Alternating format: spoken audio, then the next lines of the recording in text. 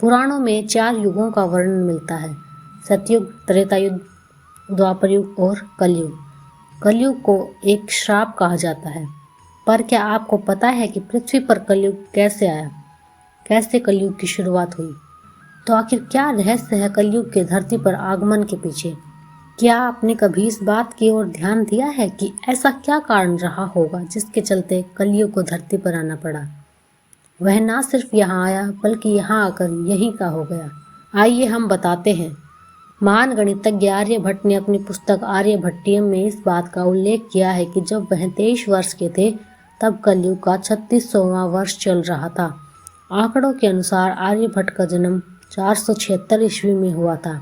गणना की जाए तो कलयुग का आरंभ 3102 ईसा पूर्व हो चुका था। तो चलिए वीडियो शुरू करते हैं।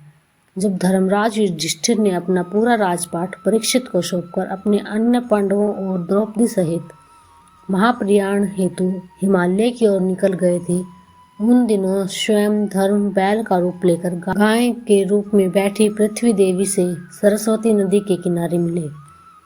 तब गाय रूपी पृथ्वी की आंखों में आंसू बह रहे थे। पृथ्वी को दुखी देख धर्म ने उनसे पूछा कि वह क्यों परेशान है। धर्म ने कहा, देवी, तुम ये देखकर तो नहीं रो रही हो कि मेरा बस एक पैर है, या तुम इस बात से दुखी हो कि अब तुम्हारे ऊपर बुरी ताकतों का शासन होगा? इस सवाल पर पृथ्वी बोली, हे धर्म, तुम तो सब कुछ जानते हो, ऐसे में मेरे दुख का कारण पूछने से क्या लाभ? सत्य, पवित्रता, क्षमा, दया, संतोष, त्याग, शास्त्र विचार, ज्ञान, वैराग्य, शौर्य, तेज, ऐश्वर्य, कांति, कौशल, स्वतंत्रता, निर्भीकता, कोमलता, धैर्य, साहस, उत्साह, कीर्ति, आस्तिकता, स्थिरता, गौरव, अहंकारहीनता आदि गुणों के स्वामी भगवान श्री कृष्ण के स्वधाम जाने की वजह से कलयुग ने मुझ पर अधिकार कर लिया है। पहले भगवान कृष्ण के चरण मुझ पर थे, जिसकी वजह से मैं खुद को सौभाग्यशाली मानती थी, परंतु अब ऐसा नहीं है। अब मेरा सौभाग्य समाप्त हो गया है।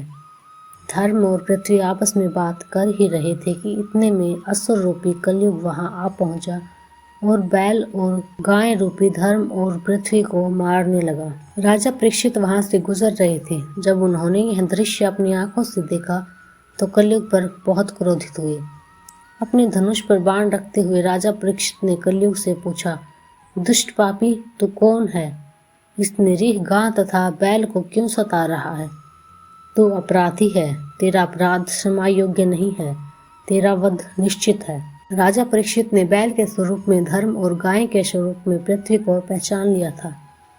परीक्षित राजा ने उनसे कहा, हे वृषभ, आप धर्म के मर्म को भली भांति जानते हैं, इसलिए आप किसी के विषय में गलत ना कहते हुए अपने ऊपर अत्याचार करने वाले का नाम भी नहीं बता रहे हैं।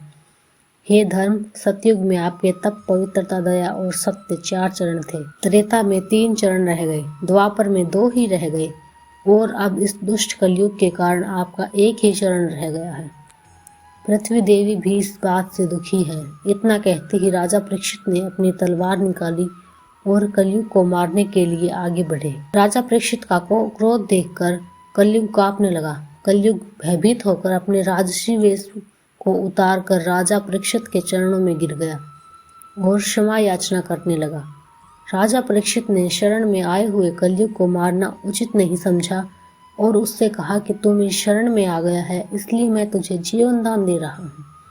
किंतु अधर्म, पाप, झूठ, चोरी, कपट, दरिद्रता आदि अनेक उपद्रवों का मूल कारण केवल तू ही है। तू मेरे राज्य से अभी निकल जा और फिर कभी लौट कर मत आना। राजा परीक्षित की बात को सुनकर कलयुग ने कहा कि पूरी पृथ्वी पर आपका निवास है। पृथ्वी पर ऐसा कोई भी स्थान नहीं है जहां आपका राज्य ना हो। ऐसे में मुझे रहने के लिए स्थान प्रदान करें। कलयुग के ये कहने पर राजा परीक्षित ने सोच विचार कर कहा, झूठ, द्यूत, मद्यपान, परस्त्रीगमन और हिंसा, इन स्थानों पर असत्य, मद, काम और क्रोध का निवास होता है। तू इन स्थानों पर रह सकता है। परंतु इस पर कलयुग बोला, हे राजन, ये स्थान मेरे रहने के लिए अपर्याप्त है, मुझे अन्य जगह भी प्रदान कीजिए। इस मांग पर राजा परीक्षित ने उसे स्वर्ण के रूप में 5वां स्थान प्रदान किया। स्वर्ण रूपी स्थान मिलते ही कलयुग ने राजा परीक्षित के सोने के मुकुट में निवास की सोच ली।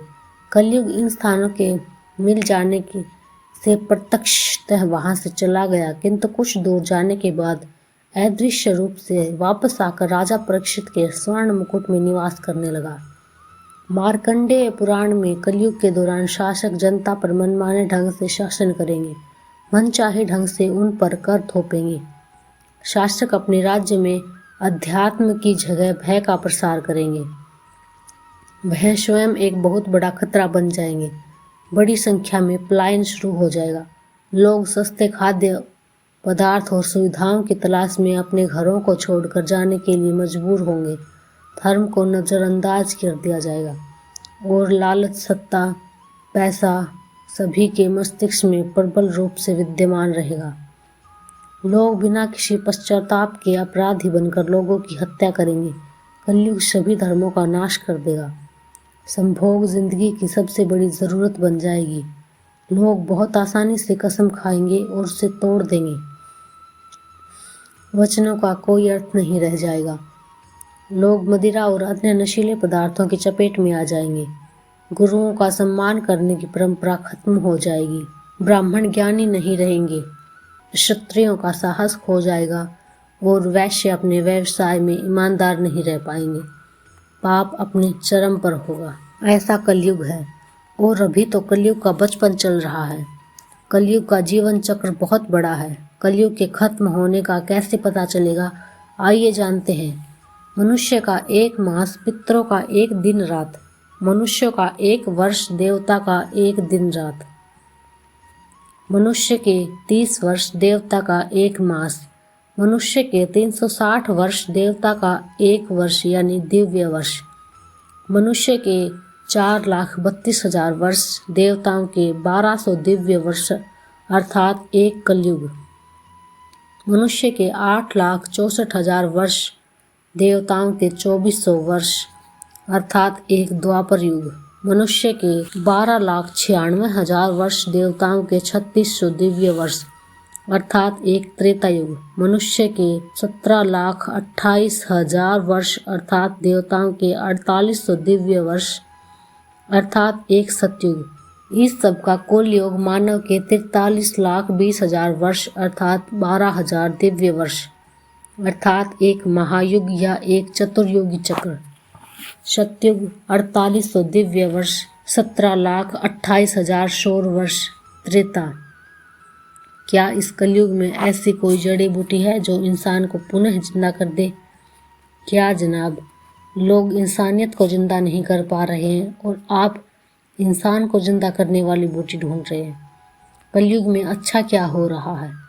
लोग आज भी अपने इष्ट का नियम से नाम जप, मंत्र तंत्र, पूजा अर्चना, व्रत आदि कर रहे हैं। बहुत लोग आज भी राष्ट्र धर्म को सबसे ऊपर और उत्तम मानते हैं।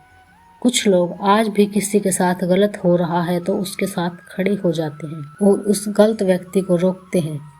कुछ लोग आज भी धर्म का ज्ञान रखते हैं और उसका दैनिक दिनचर्या में पालन करते हैं। कुछ लोग आज भी अपने माता पिता में भगवान देखते हैं। लोग आज भी स्वेच्छा से दान और अनजान लोगों की मदद के लिए आगे आते हैं। यदि समाज में दृष्टि डालेंगे तो रोज कुछ न कुछ हो रहा है।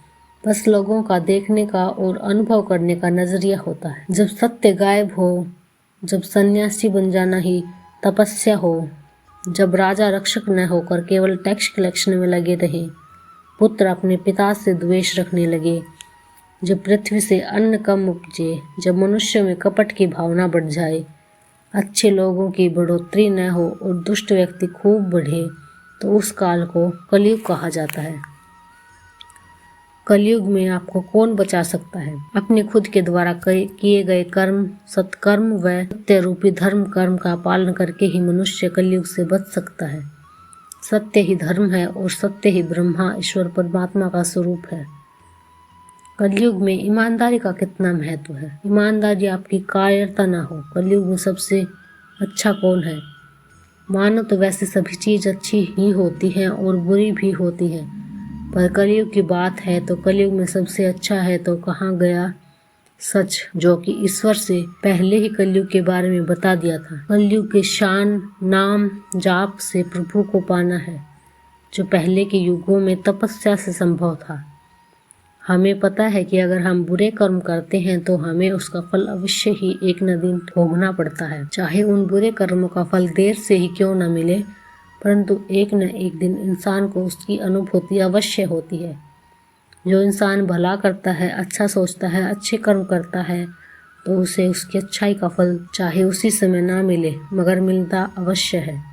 गीता में भी कहा गया है, जैसा कर्म करेगा इंसान वैसा फल देगा भगवान। निष्ठा, धर्म एवं धैर्य से सतत प्रयास करने वाले को हर युग में सफलता मिलती है।